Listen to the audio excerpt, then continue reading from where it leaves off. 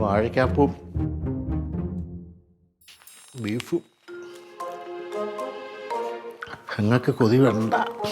ഇനി അങ്ങനെ വയറ്റിളക്കം വല്ലതും വന്നാലോ അവൾ വന്നെടുത്തോളും.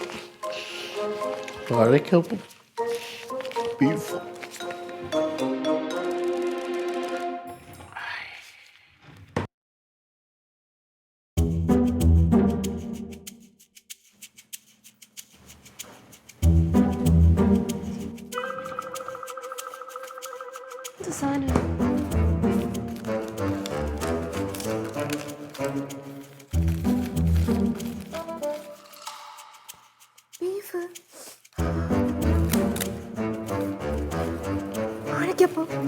വാഴയ്ക്കപ്പോ ബീഫോ? ഓ, എനിക്ക് സർപ്രൈസ് തരാൻ വേണ്ടി ഇവിടെ കൊണ്ട് വെച്ചേക്കായിരിക്കും.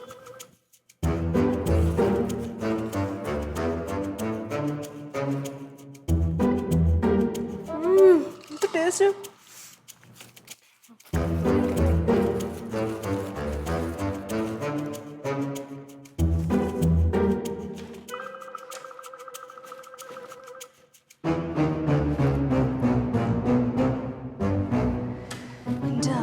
വിശന്ന് മനുഷ്യന്റെ കുടല് കരിഞ്ഞു. ആരുമില്ലല്ലോ ഇവിടെ. എവിടെയല്ലേ ഇതിനകത്തല്ല, ഇതിലില്ല, ഇവിടെയില്ല, ഇതിനകത്തില്ലല്ലോ,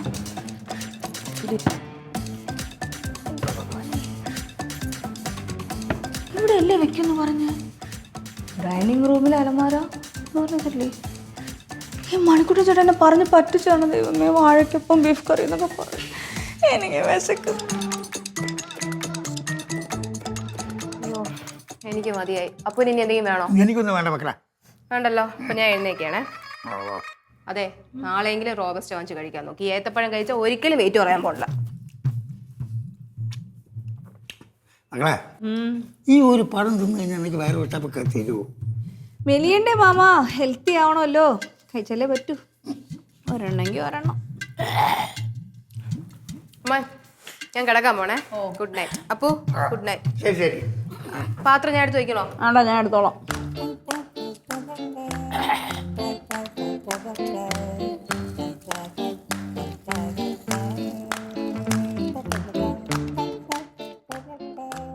എങ്ങനെയുണ്ടായിരുന്നു പെങ്ങളെ വാഴയ്ക്കാപ്പവും ബീഫ് കറിയും?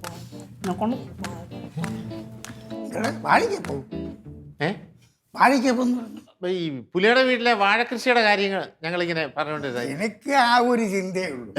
ഇവിടെ മണി എത്രയായി? പോയി കടയടാ. മാമ ഇന്നേ ശ്രീകുട്ടിക്ക് നൈറ്റ് ഡ്യൂട്ടിയാ, അതുകൊണ്ട് എനിക്ക് ഡ്യൂട്ടി ഓഫാ. ഓ, പോയി കടയടാ. മാമൻ ചെന്ന് കിടക്ക്. ഞാൻ വെച്ചിട്ടുണ്ട്.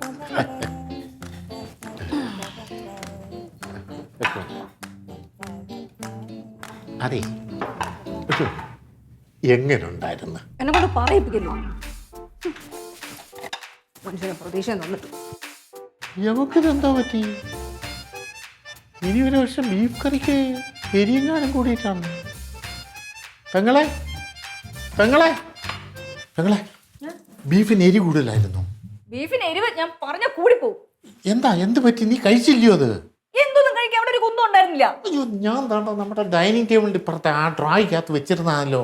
എന്റെ ചേട്ടൻ, ഞാൻ അതിനകത്തുള്ള എല്ലാ അലമാരയും തുറന്നു നോക്കി, അവിടെ ഒന്നും ഉണ്ടായിരുന്നില്ല. അപ്പൊ നീ കഴിച്ചില്ലയോ? അത് പിന്നെ ആര് കൊണ്ടുപോയി? കഴിച്ചില്ല, അത് ആവിയായിട്ട് പറന്നു പോയി. മനുഷ്യൻ വിശന്ന് ചാവാറായി. അല്ല, ഇനിയിപ്പോ പൂച്ച വല്ലതും കൊണ്ടുപോയാന്നോ? ആ, പൂച്ച വന്ന് വീടിനകത്തൊന്ന് നടന്നെടുത്തോണ്ട് പോയി. എന്റെ പെങ്ങളെ സത്യമായിട്ട് ഞാൻ വാങ്ങിച്ചോണ്ട് വെച്ചതാണ്. എനിക്ക് ഞാൻ ചാവാറായി വിശന്ന്. സാരമില്ല, ഞാൻ വേറെ വാങ്ങിച്ചോണ്ട് വരാം. നല്ല ഒന്നാം തരം മട്ടൻ ബിരിയാണി വാങ്ങിച്ചു. ആ, പിന്നെ രാത്രി മട്ടൻ ബിരിയാണി ഇവിടെ കിട്ടാൻ പോണത്. അങ്ങനെയാണ്, എന്തെങ്കിലും വാങ്ങിച്ചോണ്ട് തരാം. വാങ്ങിച്ചോണ്ട് വരും. അതെ, ഒരു കാര്യം ചെയ്യാൻ, ഞാൻ അവിടെ വെക്കുന്നില്ല, അടുക്കളയിൽ എവിടെയെങ്കിലും വെച്ചാൽ മതി. ഒന്ന് പോയി വാങ്ങിച്ചിട്ട് നീ കഴിച്ചോണം, വിഷമിക്കണ്ട. വാങ്ങിച്ചോണ്ട് എന്റെ അമ്മേ.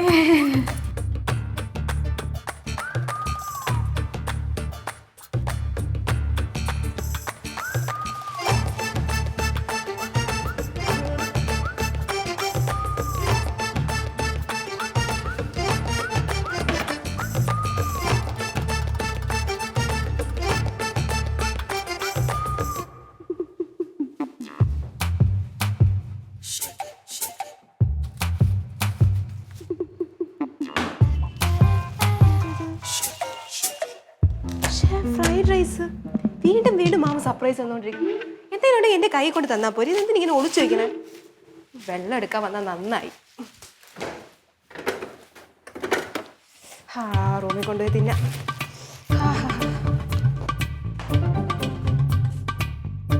എന്താടി കഴിക്കുന്നത്?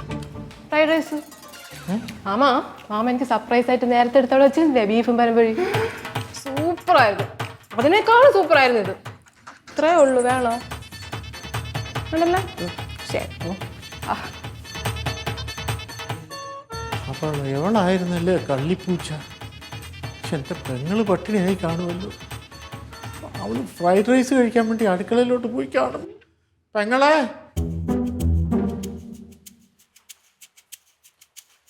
ഇത് ഫ്രൈഡ് റൈസ് സൂപ്പർ, നല്ല ടേസ്റ്റ്.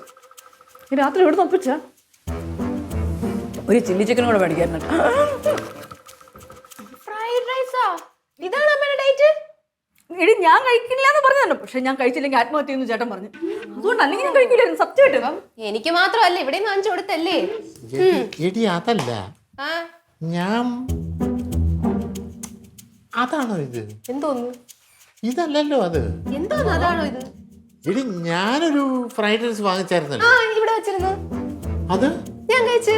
നീ കഴിച്ചല്ലോ. നീ കഴിച്ചോ? എനിക്കല്ലേ വാങ്ങിച്ചത്. അപ്പൊ ഇത് പിന്നെ ഇതെന്തോന്നു? 2 ഫ്രൈഡ് റൈസ് മേടിച്ചാ? മാമല്ലേ വാങ്ങിച്ചത്? അല്ല, ഒരു ഒരു ഫ്രൈഡ് റൈസ് ആണോ രണ്ടായിട്ട് കാണുന്നത്?